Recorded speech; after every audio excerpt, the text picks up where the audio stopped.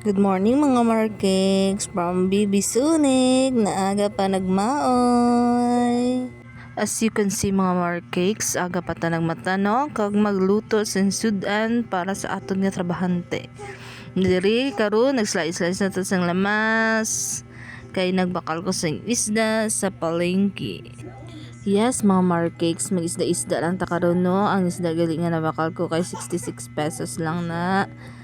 Kay sa bawa nato muta naton bulunggay arang gitudlo ko kay pritohon ko na tapos ara kay amo na isagol ta sa aton gulay. Okay, dira kay magpaandar na ta sang aton nga gasol no kay magpainit ta sang tubig. Kita nyo ako niya bibi dira sa likod kay gabi kahulagan tanawa naglakat-lakat na siya guys. Pero hindi pa na siya kabalo maglakat na nagtakang-takang lang na siya guys kay ambot wala lang pagusto lang siya.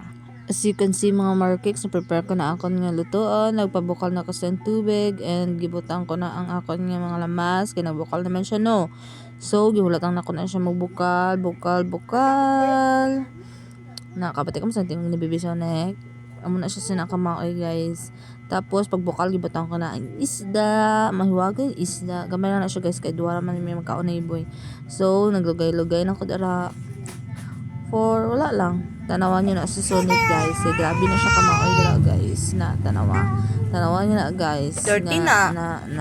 As you can see mga markets no nagbukal na ang aton gulay hapit na siya maluto gibutan ko na ang balunggay ang dahon sa sibuyas para magnamit man aton nga nilutoan dira mga mamshi hindi lang sa diba na pagtapos sina nagprito na kasing isda.